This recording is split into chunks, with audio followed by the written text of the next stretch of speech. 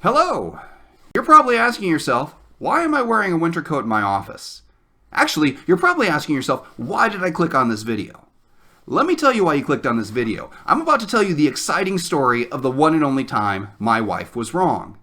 So, when we first got married, I was a reporter. My wife wanted me to look respectable, and so she bought me a pea coat.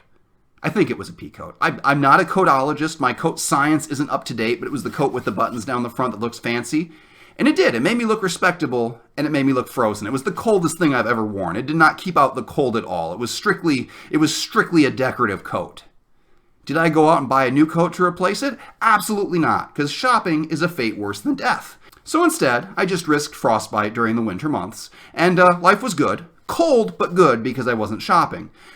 Several years later, my wife noticed my consistent frostbite, and she said, you know what, we're going to go out and buy you a real coat.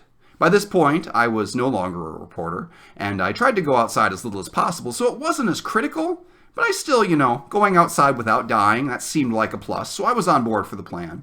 So we went to the coat store. Actually, I don't know if coat stores are a thing. We went to a store with coats at it. To be honest, I know as little about coats as I know about stores. So we go to the coat store, and I try on a bunch of coats. And these are coats that are backed up by science with multiple layers and sciencey words that talk about how warm they are. And I try on this coat. It's the single warmest thing I've ever worn. It's incredible. Because I'm like an old and sickly cat. I just need to be warm at all times or I'm going to fall over dead.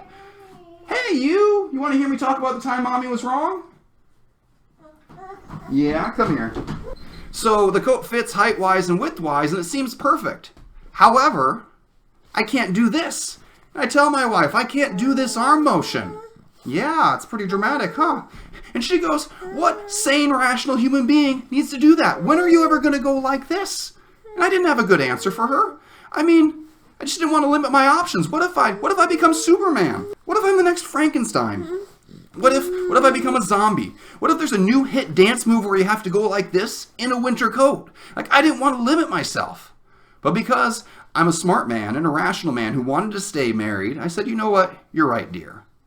Actually, I don't know if I said dear. I don't know if I've ever said the word dear in my entire life except for right then. But I said, you know what? You're right. Let's get this coat. Because I'm never going to need to do this. I don't need full motion in my arms.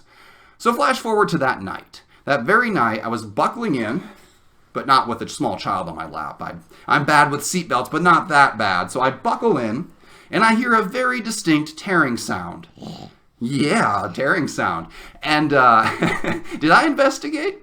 Kind of. I glanced at this shoulder, I glanced at that shoulder, and everything appeared to be in order. But also there was a miracle. I could suddenly do this. The coat was now perfect. I had a full range of motion. So I figured some unimportant, redundant internal stitch pulled. No big deal. And I went on living my life for at least 4 years.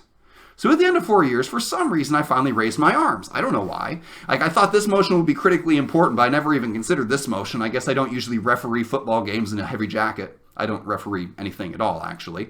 I prefer to stay inside. But anyway, I went like this, and it turns out I figured out what that ripping sound was. So I have this hole right here, which is pretty bad. Well, that's tolerable. That's not the worst. Then I looked at the other side. Holy cow! I looked like I was attacked by a polar bear. It's been like this for years, and I somehow never noticed. Maybe it started out a little bit smaller, but it's definitely been growing. So, what did I do about it? Nothing. Because even though I had a huge embarrassing hole in my coat, shopping is still a fate worse than death. So, I just kept wearing it for another year. And one day I made the mistake of mentioning it in passing to my wife, and she was horrified. She was horrified that I would embarrass the family like this. And also maybe that she was wrong, but mainly that I would embarrass the family like this. You know what, though? Nobody ever said anything to me. If anybody ever noticed, which I don't think they did, if they noticed, I think they just kind of assumed this is what you look like when you're a dad of 4 girls. You just have massive holes in your coat because you can't afford anything better. And I'm okay with that supposition. Let people believe what they want.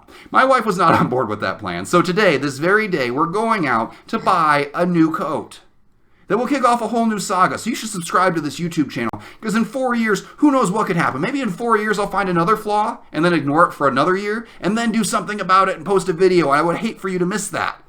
And I do hope you see this. It's possible my wife won't want me to admit to the internet the one time she was wrong, and then, this would be censored and I would be murdered. Who knows what'll happen? I hope some of you see this. So either you will see me in a new coat making a new video a few years down the road, or I will die, negating the need for a new coat. Either way, it's an adventure. Subscribe and thank you for watching. Stay warm.